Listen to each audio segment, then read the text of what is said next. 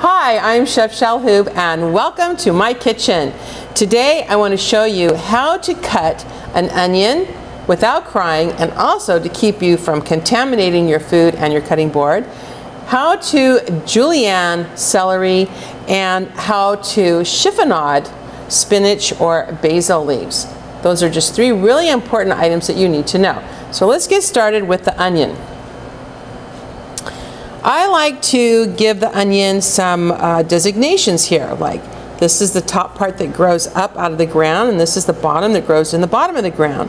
So I like to call this the South Pole and this is the North Pole.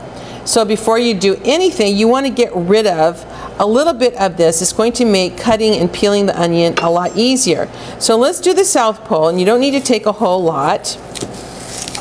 And then you want to get rid of this as soon as possible. Just put it in your trash bowl because this part actually has dirt and germs and spores in it. So you don't want to cut through there and you don't want it to contaminate anything. So just turn it around and cut off a little bit of the North Pole. Okay. Always put your knife blade away from you whenever you put it down. So now it doesn't matter if you cut from the top or the bottom, the north or the south, it doesn't matter. But you want the poles sitting down or facing up, and you're gonna go right through the middle. Just be very careful, just go nice and slow. Okay, and I'm going to work with half of the onion today at a time. And then you want to take off this hard outer peel, because if you try to cut through it, your knife is going to slip and you could cut yourself, so it comes off very easily. Now, what we want to do is this is the part that had the root, and this is going to hold your onion together while you're cutting it. So you want to kind of like face this away from you, and you can notice the striations here on the onion, so that gives you a clue as to what you're going to do next. So we're just going to cut thin slices, okay, but we're not going to cut all the way through because we want that root end of the onion to hold it together so it doesn't go flying all over the cutting board.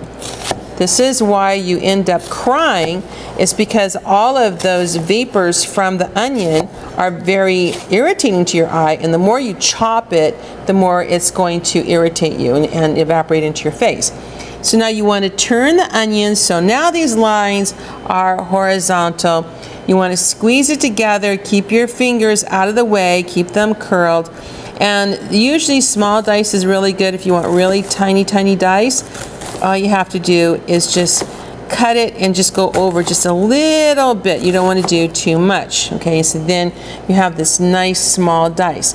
Now, there is no reason in the world why you have to cut this way, you know, all the way across. Absolutely does nothing for the onion, totally unnecessary and a little dangerous. If you want larger dice onion, then you just go over a little bit more and you just cut them a little bit larger. It just depends on what you want to do, okay?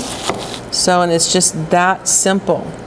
And it's a very easy item. You don't have to go back over it and recut it. That's just gonna make you cry even more. Okay, so I'm just gonna get rid of this part.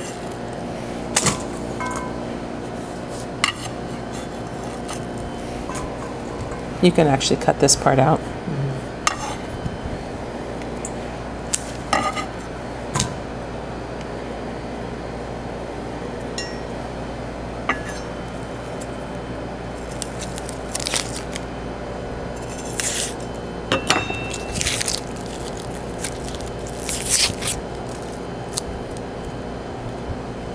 Okay, so here we have the other half of the onion. Now you notice how, you know, it's kind of like a circular type of thing here. If you wanted to have semicircles in your onion, for your onion, like you would put it in a salad, it looks really pretty with semicircles or slices, then instead of doing the slices this way, following the lines of the onion, just go ahead and turn it so these striations are horizontal to you and just make very, very thin slices. For some reason, you know, raw onions in a salad, especially a red onion, tastes really, really good when they're cut very, very thin and looks very pretty in a salad. And there you have sliced onions, okay? You could cut in the other direction if you wanted to.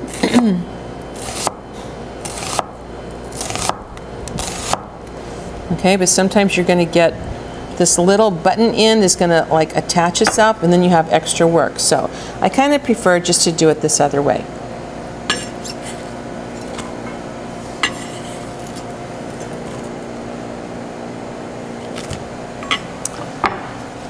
Okay, so now we have this fancy term called chiffonade. And chiffonade basically means to make like something like confetti. You're going to cut it very, very thin slices, so like strings of confetti. So I'm going to show you first with some spinach leaves, just to give you an idea. And what you want to do is stack your leaves up all in the same direction, and then you want to roll them up as tightly as possible. Then you take your knife and you want to do this kind of like this rocking motion, and you just want to slice through. Keep your fingers curled, and if the knife is up against your knuckles, you can control the space, the distance of it a lot easier. Okay, and so then you have confetti. Makes a very, very nice garnish. Now let's say, for instance, you want it chopped smaller, then you can. You just bunch it up and you just chop. And so you notice how I have my hand, my dominant hand is doing the up and down chopping motion, and my other hand is on top controlling the pressure of the knife. And there you have small dice on your leaves.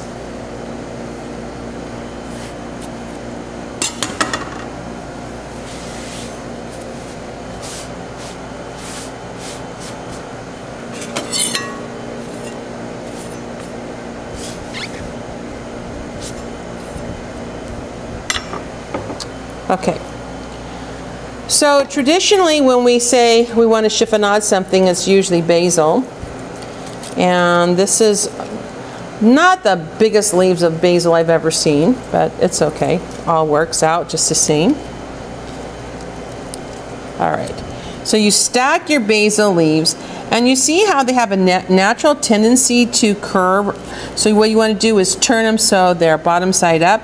Just makes it easier to roll it up. Same idea.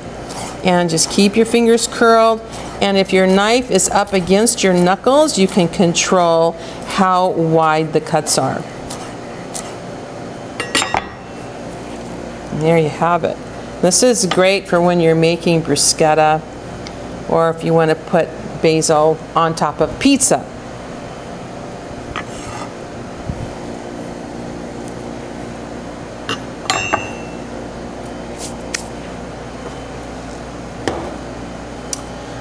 Celery is a really nice vegetable for putting in various foods.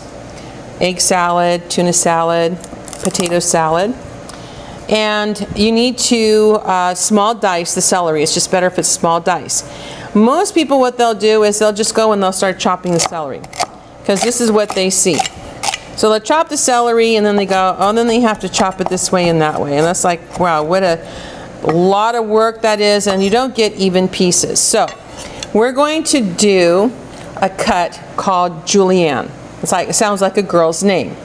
And julienne means to make very thin strips, like match-like strips.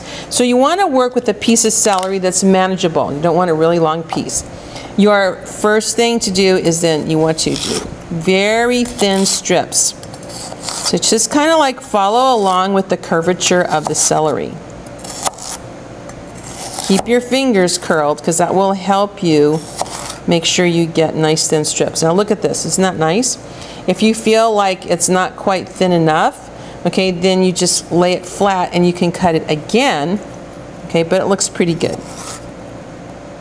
Okay, now, so you've got julienne, and this is good for certain things, for garnishes, etc. But usually what we want to do is small dice the celery. And by small dicing, now you have it all together, it's all even, nice small thin strips, and then you curl your fingers, you get it set to where you want it, and then you do this nice rocking motion where you bring the knife back and slide forward, and you just kind of like inch it forward so you're at an angle a little bit. Keep your fingers curled and go slow at first, but then you can go a lot faster once you get the hang of it. Never take your eyes off of your target. Look at that. That is perfect.